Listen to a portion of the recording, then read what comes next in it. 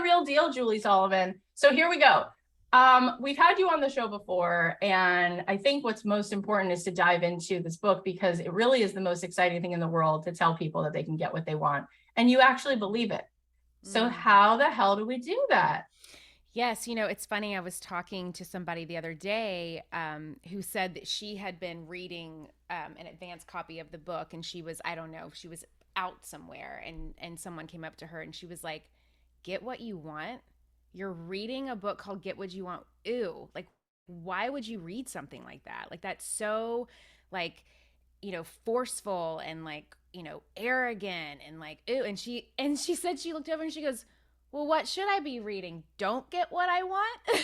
Like, compared to what? But I found that It's story to be fascinating. Oh my so God. fascinating because a lot of times that very example is why we can't or we don't get what we want because we don't think that we are worthy of getting what we want. We don't think that getting what we want is possible. We don't think that we know how to get what we want. We think getting what we want is bad or wrong or arrogant or something to be ashamed of. And so I thought that that was a really kind of interesting, way of like, well, this is why I wrote it. I want people, if they can stay curious and open minded to this idea of, well, how do I get what I want? And what do I really want? And I think for a very long time, I didn't think that getting what I wanted was possible. For a very long time, I didn't know. I thought I didn't know what I wanted. So then how could I get what I want if I don't know what I want? And that was really the idea of where this came from. I feel like people write books when they have something to say, or I hope that people write books when they have something to say. And this book came about several years ago, but I think the fact that it's out as of tomorrow, which will be June 7th, and I officially, forgot that. That's so yes, cool. Awesome. yes, Wow. officially out in the world. I mean, you can get it right now, but it's already being shipped to people and they've been receiving it, but it's officially out on 6/7. And I think that it's meant for this time and place. We've been living in a world and in an energy and a space that I think from my perspective people feel so disconnected, they feel so disembodied, they feel so disoriented and detached from themselves, from their communities, from their kids' schools, from their, religious affiliation, from whatever that may be to them. They feel so isolated and so alone. And I think now more than ever do we have to remind and remember ourselves the importance of not only striving to get what we want and activating what that is that we want, but really believing that we are worthy to get what we want and that now is the time. This is not a dress rehearsal. This is life, literally right now. I was up in John's office like a few days ago and it was so weird. I don't know why. We were talking about something and out of nowhere I just looked over at him and I said, "You know that this is our life right now." Like literally right now. And we weren't even talking about, I don't even remember what we were talking about. But just I don't know. I had this feeling to say that, to say this is our life. It's not once X, Y, and Z happens, then our life's going to begin. Like these are the days. This is life right now. And I took that moment. And so it's like, Hmm. how do we not waste that? How do we get what we want if that is true? I mean, you just said like 8 mic drops in a row, and you're right about all of those things. And this is our life. And I just want to start with where you started with what that woman said. Like, what are you reading a book about getting what you want? And what's so fascinating, right, is it's so egocentric because there's no difference, there's no separation between me and you. There's no separation. Like we're all part of this one ocean. And so when one wave rises, it affects the whole tide. When somebody is lit up and in a state of love and compassion and abundance and energy, it affects the whole community, it affects their family, it affects the world. When one person has the courage to be vulnerable, to be excited, to be receiving, to be receptive, it affects everybody. And so for somebody to say that, what they're really doing, since everything is a hologram, is they're basically saying, who am I to get what I want? Therefore, who are you to get what you want? and you are separate from everyone else. So if you would get what you want, I'm going to co-sign that that's about scarcity, because if you got what you want, there'd be less for other people. And that is literally not the way the universe works. It just doesn't work that way. So let's unpack some of this, because you said very clearly, I think you're right, people don't believe that they can get what they want.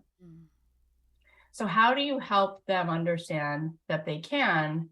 And when you said be curious, like what's really here, how do we start to see what we really want, and how we can have it in like the most supersized way? Yeah. I think the first thing is when people say, and I just use this from my own life experience, and then when I hold space for women and coach them, they'll come to me and they'll say, Julie, I can't get what I want. I don't know what I want. But I think if we pause, my thought is this: we always know what we want because we always know what we don't want. And so if we are using what it is that we don't want as that driving force and as that compass, it will lead us to more of what we do want. And I'll give you an example. I grew up in with very humble beginnings. My parents both did not go to college. We did not have a lot of money growing up. My grandparents lived in a trailer, very small town. The only thing that was around me was just mere survival. If we just, my dad wore a blue collar to work every day, punched the clock. If we made just enough money to pay the bills, then we were okay. If we made just enough money to buy the milk, then we were okay. So this idea of not enough, this idea of limitation, this idea of scarcity was always part of my existence. I didn't know any different as a child. And as I grew up, that compounded into a lot of really negative behaviors and patterns. One with, how I viewed food and my body, and how, I would eat to suppress feelings of not being enough. With money, I didn't think that there was enough money to go around. Those two things were huge. A lot of codependent patterns that I would have to people please, or I would have to really abandon myself and my own truth to make sure that other people felt okay. And more so, the more that I could show up and perform and be to other people what they needed me to be, and give them really great ideas and make them feel really good about themselves, then the more that I would be validated, liked, and loved. And so my worthiness was always contingent on someone else saying, Julie, you are worthy of this. And so all of this would compound into really disruptive behaviors. And as I got older and I went to college and I studied a lot, and I think also due to that scarcity mindset, I am someone who is massively relentless, which can serve me well and also serve me not very well. So I will do and grind and go, and I will outwork anyone and outwork you even more. And when you think I can, I'm going to outwork and outwork. And I mean, that's just my mentality. I go. I don't have time to be because I've got to do. And that was who I was for a very long time. And so what happened was that I was able to start a really great career. I was able to start getting respected and admired for my work, which of course, like my people pleasing heart, that just filled me up so much. I started to be seen as X, Y, and Z, which made me feel so good, all of this external validation. And I could make money, but I didn't feel worthy of the money that I was making. So what I would do is I would spend it faster than I could make it. I would go shopping. I would go, lunch with my girlfriends. I would just spend with no awareness of what I was doing. And because I was so limited, also, there was another kind of origin story that I had, that because I'm a woman from a small town, I'm not capable of managing money. There has to be some man that comes in and saves the day. And the man's going to work and balance the checkbook and pay the bills. And then I'm just going to be over here, with my cute little job, just kind of doing what I want to do. And isn't that cute? She's got a little job, but the man's over here, like, really taking care of stuff. And that was what was modeled to me culturally, and in how I was brought up by my parents, my grandparents, etc. And then there just wasn't a lot to begin with. So it was this dichotomy of there's not enough, but when there is anything, I don't know what to do with it because I'm a financial toddler. So some fairy, godfather is going to come down from the sky and take care of me, so I can just not pay attention to what I'm doing and just spend however I want. And underneath all of that was this heaping mound of shame. I had so much shame of, why am I this way? Why do I think this way? Why is it never enough? How much money do you want to make, Julie? All of it. Just all of it. Okay, well, how much is that? Well, it's just all of it. And then once I make all of that, then I'm going to make all of the more of all of that. And then once I make all of that, then I'm just going to keep making more. There was never a moment of realistic thinking as to what am I going to use this money for? How am I really seeing this as this abundant thing that can be this beautiful exchange of energy? And so I started to hide my spending because I was so ashamed of it and I didn't know how to get out of it. And I would justify and rationalize my destructive behavior. Like I would say things, well, I'm not buying Chanel purses, so it can't be that bad. Or, I'm just going and getting a coffee. Like I'm not spending it on something horrible. I'm not gambling it away, all this rationalization. And so I kept hiding and I kept hiding. And then finally, about 2.5 years of this behavior, I had racked up over $30,000 of credit card debt. My husband had no idea. I kept making up and telling myself that like some magical thing was going to happen and I would be able to pay it off before he ever knew. And then he called me one day and he said, "Hey, hun, when were you going to tell me about the credit card?"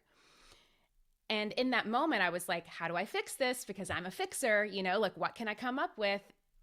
And there was nothing else to come up with. I mean, it was my rock bottom financial moment of here I am and I'm dealt with this. And the thing that happened, and I remember the moment so clearly, I was sitting at my kitchen table in Toluca Lake, California, and my husband was talking, and I couldn't hear what he was saying because the only thing that I could hear was, why am I so flippin' afraid to be honest? To be honest about money, to be honest about my lack of worthiness, to show myself, to be honest with myself. Why am I so afraid of my truth, of my true authentic self? And that set me on a path to essentially getting what I want. But I had to really unpack a lot of things first. It's so good. I mean, it's so big because the most toxic thing in the world is shame. Most toxic thing. It's like there's a place for grief. There's a way for us to honor pain. Shame is so toxic. You can't be with it. You can't witness it. You can't, it's so awful. In fact, my first trip to Nashville, I went to Onsite, which is like an hour outside of the city. And that's what we learned is like, there's no room for shame. We have to let go of it. And why it's so powerful that this is where you started the conversation. I told you guys she's the real deal. How real was that she shared that and that this is in the part of the story that tells in the book, because we're all hiding something because of shame. And so for you to come out and just say that, I mean, of all the things, there's probably like 3 big things people have shame around, and money is definitely one of them. And for you to name it out loud, type a 1 in the chat, because I already saw some of you sharing already. Type a 1 in the chat if you related to any part of that story. Yeah. And I relate. I understand that story of like, I just have to make all of it again. And I just have to make all of it again. Oh my God. So there was never enough. It was just like more. And what do I have to do to make all of it again? And it's so interesting, right? Because as you said, in order to get what you wanted, you had to be willing to be honest so you could unpack what was in the way. And that takes so much flipping courage to be able to just sit here and go, okay, here's what's really up. Mm-hmm. So this is what has to stop. And the first way to do that is to let go of shame. And just by you telling the story, Jules, and I know that you know this, but I'm going to say it again, because other people are carrying things that just by you telling that story, you freed so many people who are listening right now of their own shame. So thank you, because you've already done a lot just by sharing that. Thank you. And I feel like it's important because maybe there's someone out there that's like, this girl is freaking crazy. Like, she can't balance a checkbook. Like, what is wrong? But it's like, maybe it's not money for you, but maybe it's food, or maybe you're someone that tells yourself that the only way that you can go out and have a good time with your friends is if you drink. Or maybe it's the only way that, I can be accepted or seen is if I, do X, do work Ah, out 5 hours a day, or I have to drink in order to have fun, or I can never get my body the way that I want it. So who cares if I eat all these donuts?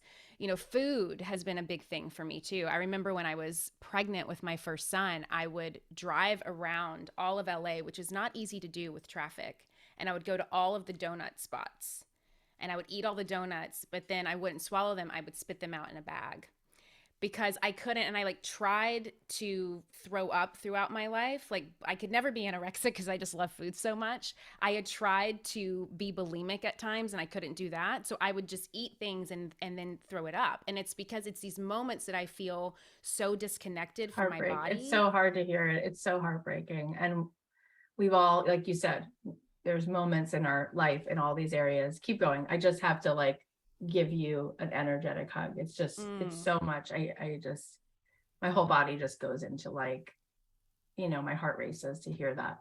Yeah, and it's like, you're pregnant, it's supposed to be this beautiful time in your life, but I don't physically feel great. I When I look in the mirror, I'm like, "Woo, here she comes waddling through." And so it's like, what do? I get in my car, I go to all these donut shops and I eat to fill that void, and then I spit them out in bags. And that's like what made temporarily, it's like it gets me that hit that I need. And this is like addictive pattern stuff that we could, talk about too, but it gives me that hit that I need to feel worthy because I wasn't able to get that within myself and until and I talk about this in chapter 1 of the book, your origin story. So we all have them. I've just shared with some of them of mine to you. It's what are these stories from our origin or when we're being raised, when we're coming up, that bring us into adulthood, that really shape the way that we view the world. I kind of think of them as prescription glasses that we put on. So it's like if we take the glasses off, that's like reality, but then we have these prescription glasses and that's literally our lens of the world and our lens of reality, and we forget that we can either take the glasses off or we can change the prescription. We don't even know that that's possible. And so for me, the origin story starts to kind of unlock that. And you don't want to stay in the origin story for very long because it's very triggering and traumatizing, but it will give you the perspective that you need to start to find freedom. And that's what it did for me. And I actually found 3 tools that I started using once I started to get my own help through therapy, recovery circles, reading books. I found these 3 incredible tools to freedom that once I was able to unlock my origin story, I started to utilize these tools. And that is really what has just completely saved my life and changed my life. Well, I can't wait to dive into those tools right now. Before we do, I want to ask you, because you talk about it in the book, how to overcome self-loathing, right? And so it's like before we can do the work on what these tools are, it's like it's one thing for us to name the thing that we are ashamed of, but it feels like a really big leap to make room for ourselves and love. Like when you say in the book, overcome self-loathing and feel good about who you are, it's like, well, I can name it. That would take a lot of courage, but I could say it out loud. But then for you to tell me that I have to find a way to overcome how much I hate that about myself is really hard. And I remember when I was first taking mindfulness classes at UCLA, and my teacher used to say that every single day we should have tea and invite all the parts of ourselves to join us, the parts that are brave and the parts that self-sabotage, the parts that are liars and the parts of us that are really unbelievably courageous and strong and compassionate and everything in between. And there's, again, everything's a hologram. So to the extent that you will judge yourself and not like parts of yourself, right? You're going to do that with other people. So that gets put in the water of this whole ocean. And we don't want to do that. We want to make space for other people. And the truth is that when other people tell us their flaws, we immediately love them even more. We get it. We go, oh my gosh, I understand. I have parts of me that are self-destructive. I love you anyway, right? And by the way, this is where I say, like, love is not something that's earned. It's just given. It's just a gift. Another Nashville person shared that with me in that way, which is Donald Miller. He writes about it in his book, Scary Close. And he usually writes about business. And then he also has some beautiful writing novels that he's written, but he writes about his own journey with learning to love himself and letting his wife in. And he goes, and I realized love is not earned. It's not like, well, I like this one of your qualities, but I don't like this one of your qualities. Love was just a gift, right? So how did you learn to do that so that you could then take on, these tools that were helpful? And then we'll talk about what those tools were. Yeah, it's that really is the starting point of I didn't really believe in my own worthiness to receive that love just because I was me. I thought I had to be someone else, or I had to achieve something, or I had to perform in a certain way. And so the first thing was me becoming just aware of that thought. Like, oh, this is what I'm choosing to believe, that I just me being this a human being on the planet is not enough to receive love. The second thing is that I had to let it begin with me. If I really expected to give love, receive love, show love, I had to really start to love myself, and I had to start taking stock of the ways, and these are just kind of the tools that I used. And for me, I'm very tactic driven. The way that I study, the way that I see things, and so it was very kind of step by step for me. I started to actually take a journal of like the thoughts that I started having. What are the thoughts that I'm thinking about myself on a day-to-day basis? What are the thoughts that I'm thinking about my family? What are the thoughts that I'm thinking about my business? Are they thoughts that are actually getting me more of what I want, or are they thoughts that are actually keeping me in some kind of pattern or belief that isn't conducive to where I want to go? So, for example, a thought that I had was that success had to be suffering. In order to succeed, you had to suffer. And suffering is actually like this badge of honor, that if you're not suffering, then you're doing something wrong. You've got to pay to play. So that was a really interesting thought of like, oh, well, of course I'm self-sabotaging, and of course I'm hitting all these walls, and of course I'm spending more money than, spending money faster than I can make it, and then hiding it because I believe that this has to be a struggle. I believe that there has to be some kind of suffer in being worthy of that gift of love and that gift of abundance. So, what could be maybe the opposite of that? That really helped me, of just kind of identifying certain thoughts about, and that, just using that as an example that I would have. And it's like, well, what if I chose to have a different thought? Like, what if it didn't have to be hard? What if it could be easy? And then what would that look like? Would I maybe I don't have this knee gut reaction to just go buy a lip gloss. Maybe I change the subject or meditate or call a friend or go for a walk instead. Things like that were really helpful for me, and it feels very manual because it is.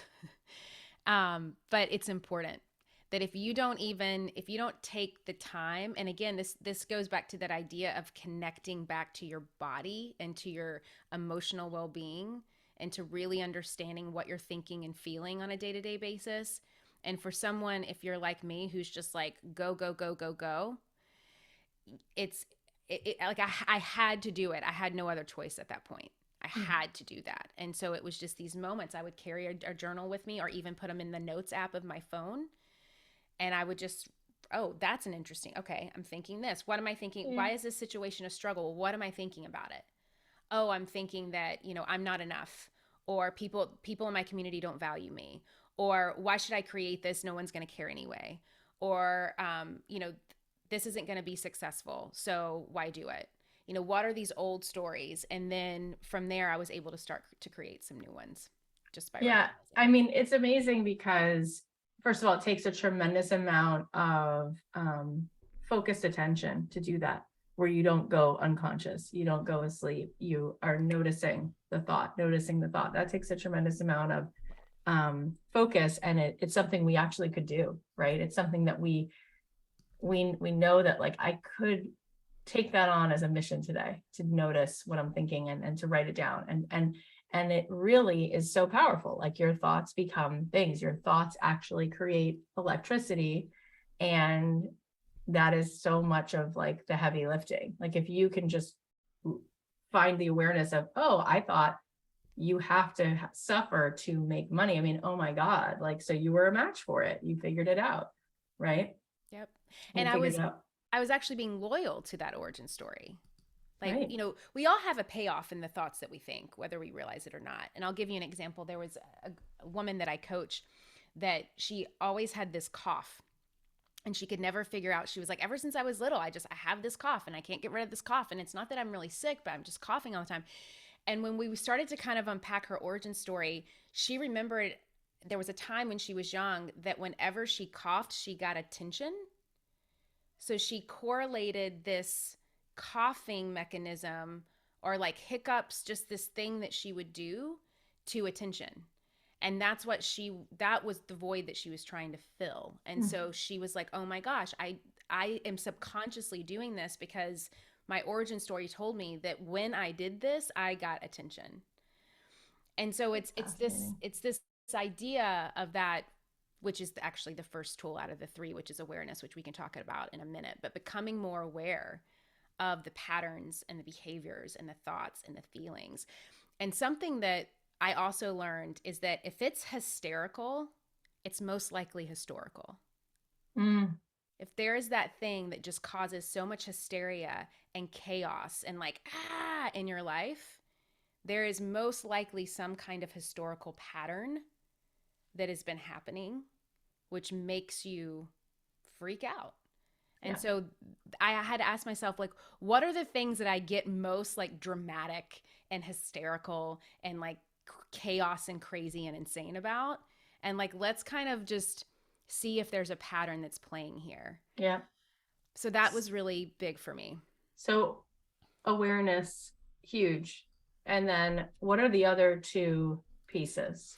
Yeah. So, I mean, if anyone has ever gone to therapy or like gone to recovery groups, they might have heard of this. Like, I didn't invent these, but these did like save my life. And so I love to share them whenever I can.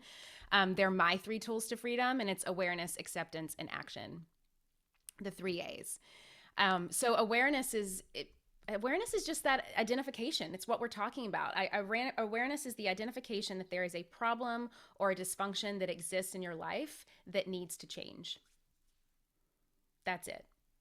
And in order to become aware, we have to start really taking stock of everything that we just discussed. Mm-hmm. So that's the first step. The second one is often the most challenging and uncomfortable one. Most people, including myself, want to just completely bypass this one and go straight to the third one because it's acceptance. And acceptance is really can be this uncomfortable place. It's a very eye-opening place. I think of acceptance as when we're not in acceptance, we're frozen. And what acceptance does is it thaws us out, Mm-hmm. and it allows us to really start to take stock and take ownership. It's kind of this place where we have to come to grips with the notion that there's a problem in my life that is a part of me. It's not all of me, so I don't need to shame myself for it, but it's a part of me. And it's a piece to the puzzle in my life that no longer fits. And since it no longer fits, it needs to be removed. And it is my job, and my job only, to remove that piece. It is not Cathy's responsibility or Heather's responsibility or Regina's responsibility or my dad's responsibility or my teacher's responsibility. It is mine. Therefore, I am responsible wholeheartedly for this because this began with me, and it now I can choose for it to end with me. I may not be able to control what happened to me, but now I have to get into this state of acceptance. Can I accept reality on reality's terms? Can I accept this problem, this dysfunction, this person, this place, this thing, this idea exactly as it is and nothing more? It's so good. It's so good. And the third one is also big. And I can't wait to get into it because with that inspired action, you turned so much of your life around and then helped other people as well with all three of these pieces. So tell us about the action and which is the action that we know is the right action. Yeah, the action is really the plan that we have to figure out and implement to start to recover and restore and bring back some of the things that have been lost because of that dysfunction. So, for me with my dysfunction with my spending habits and lying about the debt, the action was to, well, first I had to accept, had a hard acceptance with that, and then I had to start saying, really for me, action, the question that I asked myself is, okay, this is the reality of the situation. Now, what am I going to do about it? Do I want to be right or do I want to be happy? Usually I want to be happy. So that's going to give me some kind of action. Is there a tool I need to learn? Is there, a new pattern or idea I need to adopt? Is do I just need more patience with something? Sometimes inaction can be an action, but it's making sure that you're aware that I am consciously choosing to do this or to not do this, so I can start to recover the things that have been lost because of the dysfunction. And those things tend to be confidence, self esteem, balance, hope, surrender, serenity, joy, all of the things that we know that we want in life, abundance, wealth, whatever that may be for people. But we're not even going to be able to identify that and just start to bring it back in until we choose to take the action that is best suited for us, and only you can decide what that action is. Tell them what happened with your particular journey. Like, you were in that moment with your husband. He's like, when are you going to tell me about this? And then you went on this sort of, introspective journey and quest. And then what happened? Tell them what you wound up doing. Yeah, so my action was first to really start to like work on me. So that was lots of therapy, that was recovery groups, that was reading a lot of books, that was hiring coaches, life coaches. I believe that no matter what you want to do, if it's a personal growth or a business growth, you have to start learning and walking a path behind someone that has done exactly what it is that you are trying to do. So I sought out and I looked for women who seemed to kind of have the life that I wanted to have. It's like, I know I don't live with them, but like for the most part, they seem to be happy. They seem to be at peace. They seem to truly love their business. They seem to truly love themselves. They seem to be really happy in their relationships in whatever way that looks like. They seem to be really happy where they live and whatever that looks like. Yes, it's not perfect, but they figured something out that like I want to figure out. So I would start to just partner up, and whether that was a coach or a therapist or mentors or friends. So that was a big action step for me. And from that, it started to unlock a lot of things. I started to find myself surrounded by different types of women who were thinking at a higher level, who were also working on themselves. We might have not had the same origin story, but we all have those roots of guilt and fear and shame and lack of worth and all of those things that we were getting to the other side of. And so to be able to have them really helped. From a business standpoint, I started to really get clear on what is my purpose and what am I really doing here? What really lights me up? How can I be of service not only to the greater good, but really in service of myself? And I don't think that that's a selfish thing to say, because the more that I can put the mask on myself first and come from a really healthy place, the more that I'm going to be able to help someone else do that if they want to do that. Another thing for me, which was, I think, incredibly profound, and it wasn't that this took some time, but looking back now, something, and this kind of goes back to my people pleasing, I had to start creating some really clear boundaries. I was not raised in a family or a home that boundaries were really reflective to me. I didn't never have great examples of them. I didn't know what they were. I remember I was reading something once and I put the book down and I was like, I don't even know how to define a boundary. Like if someone asked me today, Julie, what is a boundary? I would be like, I don't know. What is a boundary? That's interesting. So I started to get really clear, and I think boundaries are also very different for other people. But what boundaries allowed me to do was not only start to love myself in such a deep, steadfast, unconditional way, but it allowed me to no longer assume the responsibility for other people's success or happiness. And that was like life changing for me. Yeah. The fact that I could just express my own happiness, and that is enough. And if someone wants to tune into that, they can tune into that, but just let my experience and my the way that I show up be enough, and then maybe it gives them the hope or the idea or the strength to do the same, but it is not my responsibility to do that for them. I am not that powerful. And so admitting that, I think, was huge for me. And then it really actually allowed me to start the work that I do now. I could have never been the coach that I am now, or have the courses that I have now, or hold space for women the way that I do now, if I was sitting around assuming the responsibility of their life, it's like, I don't know, like, they could go off and like chase bunny rabbits and chop their heads off after we get off of a call. I don't know what people do all day. So it's like, I can't assume responsibility for that. I don't think anybody's chopping bunnies' heads off, but we don't know. And so just that idea of remembering, again, where I leave off and other people begin, and putting that hard line in the sand there, it freed me in ways that I would have never imagined. Yeah, and it's amazing how powerful it is what you said about if you were just showing up and being the happiest, best version of you, the brightest light that you can be, like that, you were like, what a revelation. Like that's enough. Like that could be enough because it shows them what's possible. And really that's what people need is it's it's it's to be attuned, right? And they want to attune to something that keeps us in a higher vibration, a more resonant. And I see it in myself, and I see it in you, and I see it in all the women that I have the real joy and blessing of working with.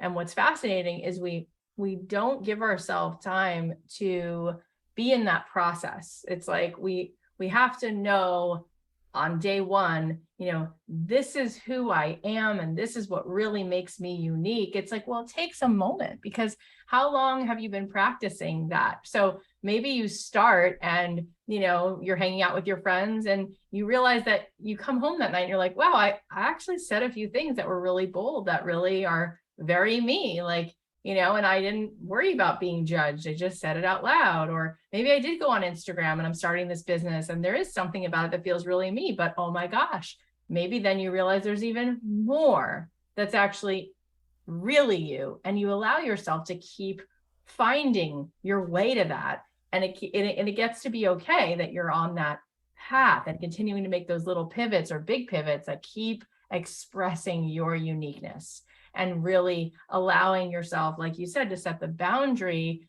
and not be signing off. Like we always forget that, right? Like when we are responsible and we think that other people, that's about us, then we're not really understanding abundance. We're not really understanding like everybody has access to this thing called God's life force, everyone, not just you. So, like you said, you're not that powerful that you could keep somebody from alignment. You just can't. And that's their job. That's like the only job. That's like our free will is to tune in and to get aligned. And that's going to have to be up to them. Right. Yeah. So one other thing that you happen, I was like, how does she have room to talk about all these things in your book? But one of the things that you talk about in the book is how you specifically got into like pitching yourself. Yeah. And then you helped other people pitch themselves. And I think that that's really unique to you. And not that other people don't do it, but you really teach it and you really have a specific way of looking at it. And you and I have talked about how many women you've helped to really honor how they have value. And they're like, well, I only have, 1,800 followers and I've got red hair, I've got green hair, I look like this. And you're like, no, here's how you pitch yourself.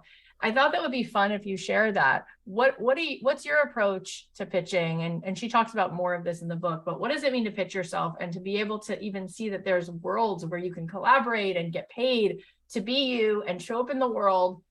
What does that even mean? So, I mean, a pitch really, I think at the essence is it's how you sell something that you're offering to the world. I mean, that's essentially what a pitch is, right? You get in front of somebody and you're going to sell them on this idea, this offer, this thing that you have.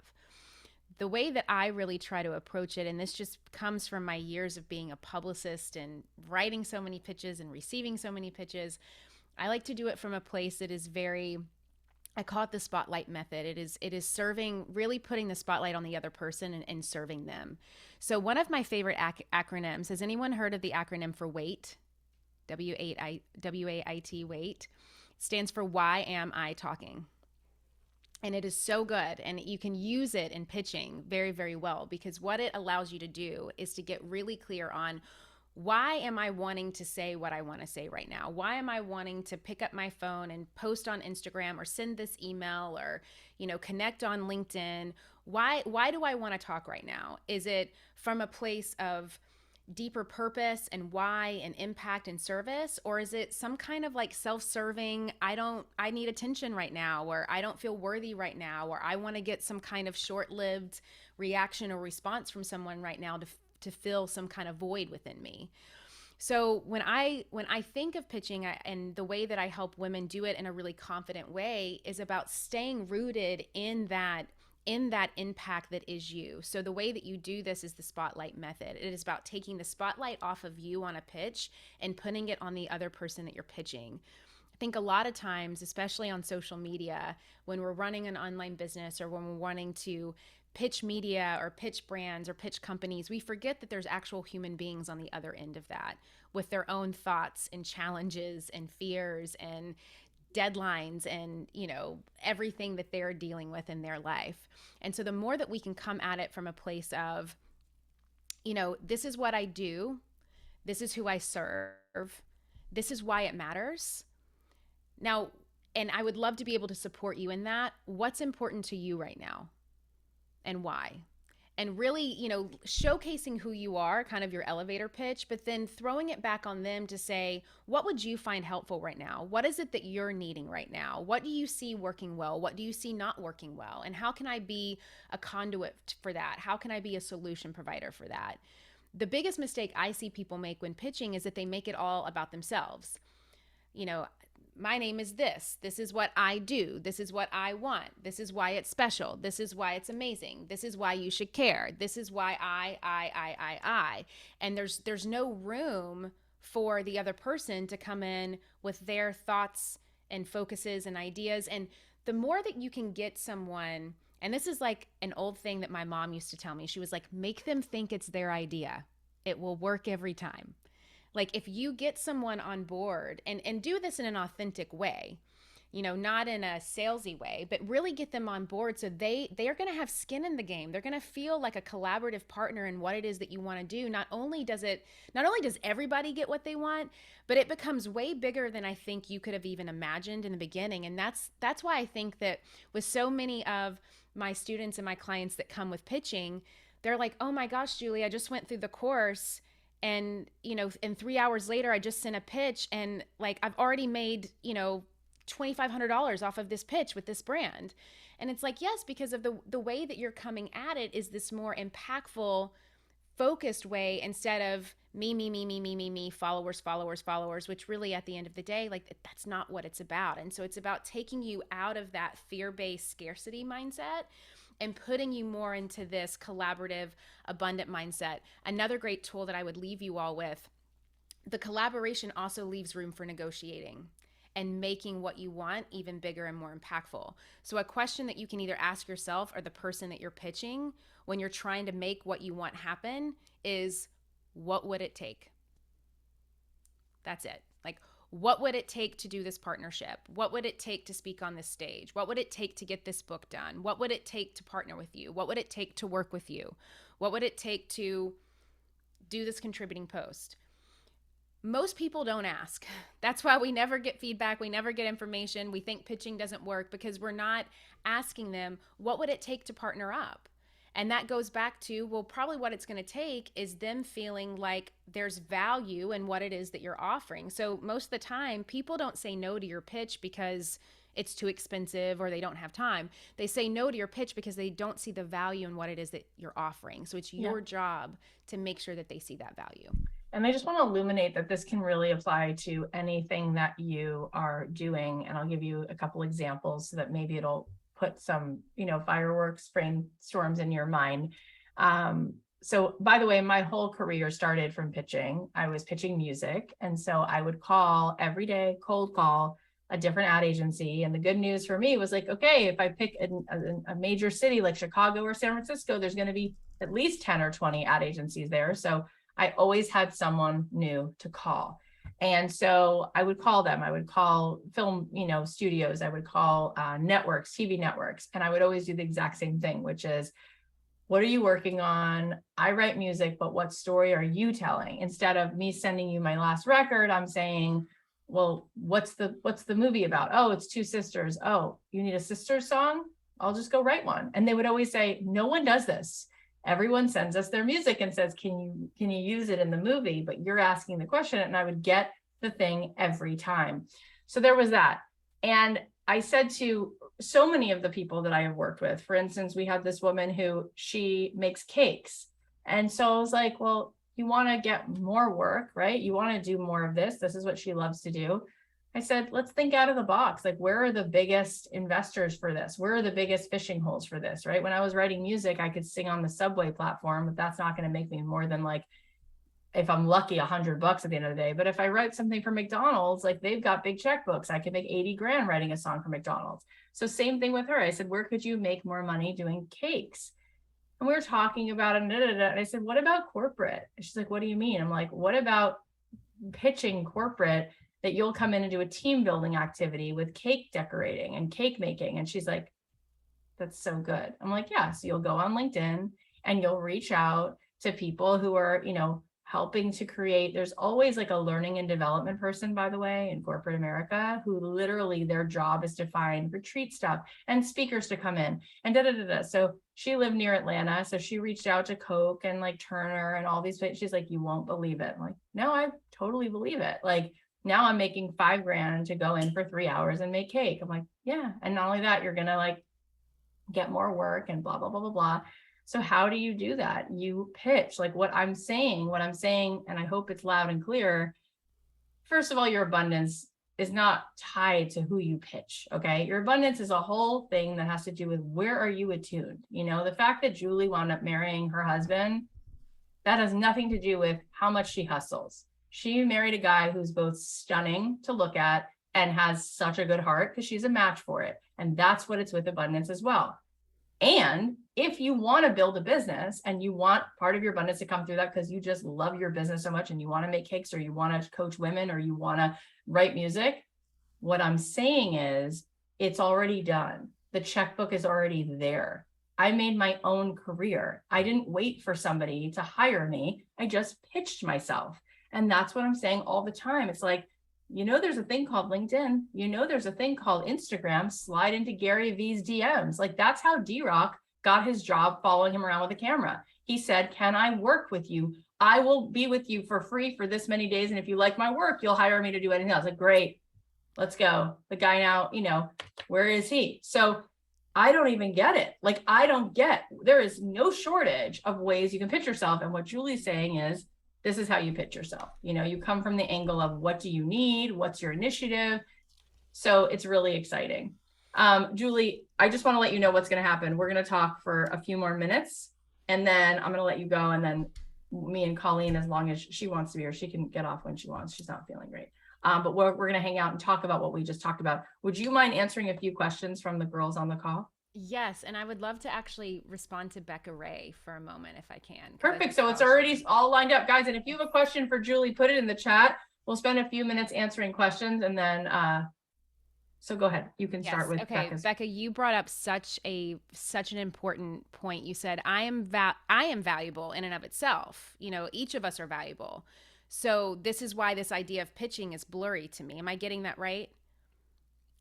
So yes, you are valuable. And I'll say it like this, Becca. Like, we just met, right? You don't know me, you don't follow me. We're just meeting now. So I could come to you and I could say, Becca, I'm really good at pitching and I know I can help you. Is that enough to get you to buy my program? Probably not. It is my job to articulate the value that I have and the results that I can give you if pitching is something that is important to you. So think about anybody that you've ever invested in with Cathy. It probably wasn't enough for just Cathy to look at you and say, I'm freaking amazing. You should join up with me. You should come in here. I'm going to change your life. Because that's true, right? She is so valuable in being that. But Cathy had to be able to articulate on the value of the result that she is promising you. And so that's what I mean with the pitch. It's not enough for us to just be valuable because it's not someone else's job to hunt that value down. It is our job to articulate that value to them and how that value is going to give them the result that they desire. And that's how you get people to happily pay you for your services. You have the right offer, you offer it to the right person, and you articulate the value that's going to give them the result that they desire. So Does that good. help? Yeah. Thank you. Thank you. I'm just new at all this. Yes, it's perfect. It's such a beautiful question. I'm so glad that you had that thought. Sarah's question is one I hear a lot, which is how do you find your thing? That's such a good one. I have an entire chapter on it because it's such a good one. Your thing to me is really your why. And your why is going to be different. I actually break it up into two chapters. I have your purpose, and then I have your passions. I think the reason why it can be hard to find your things is that a lot of us feel like that every passion that we have is our deep rooted why purpose. And so we feel like we can't give ourselves permission to evolve and pivot and change as we grow because every passion is a purpose. So I kind of look at it as your purpose is your why, your passions are your what, and your passions should grow and evolve as you grow and evolve. So how you find your thing is getting clear on your why. Why do you want to wake up and share your message, share your impact with the world? You know, as if your livelihood depended on it. What is that why for you? For me, like that's freedom. That's why I do what I do every day is freedom. And that's really the only you have to also make sure that your why is greater than any excuse that you would have for it because we're always going to have these excuses of why we can't live out our why. And so that's my deep rooted why. Now, how I found the things that activate that why, which are my passions, that was from my experience, what lit me up, what I found to be maybe interesting to test out, what people naturally came to me for. You know, people were always, I'm a connector. People would always ask me about ways to connect to people, ways to connect to ideas. And I allowed myself the permission for those things to kind of evolve and even shed away. So, for example, my thing 10 years ago was publicity. I don't do publicity anymore. It doesn't mean that my why is not the same. It just means that my passion has changed. So I give myself the freedom to pivot. Now I find myself kind of doing that same why, which is the freedom to be able to share my message and my voice with the world and connect people, but I do it through podcasting and coaching and writing books and speaking on stages. I don't do it in PR anymore. Does that help? Yeah. So Julie, tell us, I'm going to ask you, people were just asking about the pitching thing. So do you want to send them somewhere as a resource? Obviously the book, they can all go get the book. I really hope that they will get the book and they will share the book. But you have a whole, there you go, pitchperfect.net. Yep. And so, yeah, there's a whole chapter on pitching in the book, which will really kind of lay a really strong foundation for anyone who's curious about that. If you want to dive deeper, that is the program. And it's actually, if you get in now, it's going to be really magical because we are revamping the entire thing in a couple of months. That you're going to get access to some things that we don't even offer right now, like weekly coaching with me on branding and pitching. If they buy the book? No, the course. If they buy the course right now? Yeah, so they're just gonna get access to some new opportunities in the future that other people won't get because we're about to completely revamp this whole experience. So okay. And then yeah, wherever books or audiobooks are sold, if anyone loves an audiobook, we do have the audiobook of it.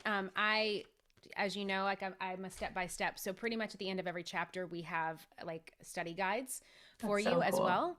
And I'm on Instagram at Jules, Juls Solomon, Solomon. You can pop into my DMs. I'm happy to extend the conversation there, support you in any way possible. We can talk about pitching and buy my book. Thanks. No, I'm just kidding. They really should buy the book because it's for them. That's a great pitch. Buy my book. It's really not for you. It's really for them. So go buy the book. And thank you, Jules, for coming on. It was great to see you. Thank you. It was so fun.